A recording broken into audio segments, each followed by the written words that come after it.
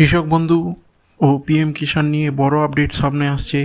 গতকাল মুখ্যমন্ত্রী একটি জনসভায় কিন্তু পিএম কিষাণ এবং কৃষক বন্ধু উভয় নিয়ে কিন্তু আপডেট দিয়েছেন। কী আপডেট দিয়েছেন বিস্তারিত জেনে নেব।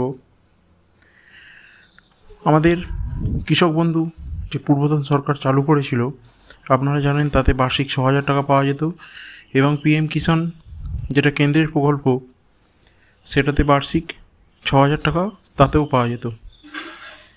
কৃষক বন্ধুর রাজ্যের সমস্ত কৃষকদের জন্য চালু ছিল।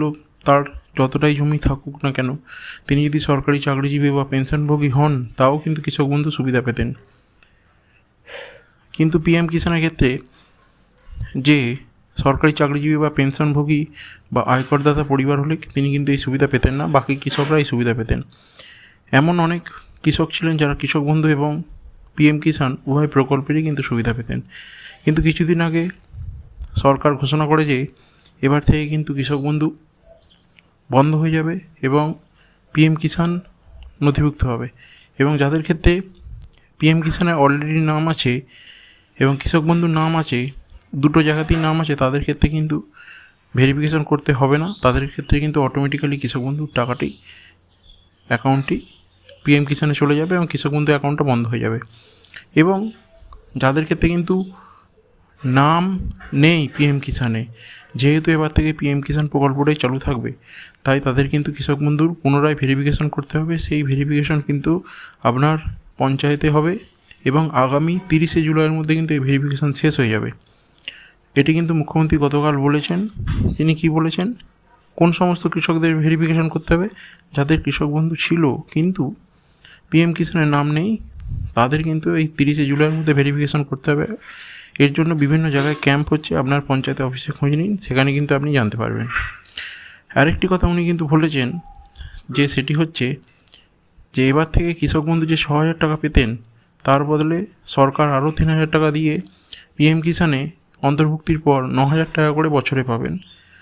অর্থাৎ পিএম কিষাণের ক্ষেত্রে কিন্তু কৃষক বন্ধুর বদলে 6,000-এর বদলে 9,000 পাবেন, এবং পিএম কিষাণ প্রকল্পে কিন্তু সরকারি চাকরিজীবী, পেনশনার বা আয়করদাতা কৃষকরা কিন্তু বাদ যাবেন, এবং যে বাকি যে কৃষকরা থাকবেন তাদের কৃষক বন্ধুর প্রথম কিস্তির টাকা আগামী 30শে জুলাইয়ের মধ্যে কিন্তু ঢুকে যাবে। এটি কিন্তু গতকাল মুখ্যমন্ত্রী একটি সভায় কিন্তু বলেছেন, এবং তিনি এও বলেছেন যে সকল কৃষকই কিন্তু, যারা কৃষক বন্ধু থেকে পিএম কিষাণে যাবে, তারা কিন্তু এই টাকাটি পাবে। এবং আপনারা জানেন যে কিছুদিন আগেই পিএম কিষাণের 20শে জুন তারকেশ্বরে জনসভা থেকে আমাদের প্রধানমন্ত্রী নরেন্দ্র মোদী কিন্তু পিএম কিষাণের টাকা ছেড়েছিলেন। এবার কৃষক বন্ধুর টাকাও কিন্তু আগামী 30শে জুলাই রাজ্য থেকে ছাড়া হবে, এবং কত পাবেন সেখানে? 6,000 টাকার বদলে 9,000 টাকা পাবেন। সেটি কিন্তু এক কিস্তি বা দু কিস্তিতে পেতে পারেন। একটি কথা কিন্তু মনে রাখবেন, কৃষক বন্ধুর ভেরিফিকেশন কিন্তু সবাইকে করতে হবে না। যাদের পিএম কিষাণের নাম নেই তাদেরকেই ভেরিফিকেশন করতে হবে, এবং আগামী 30শে জুলাইয়ের মধ্যে কিন্তু ভেরিফিকেশন কমপ্লিট করতে হবে।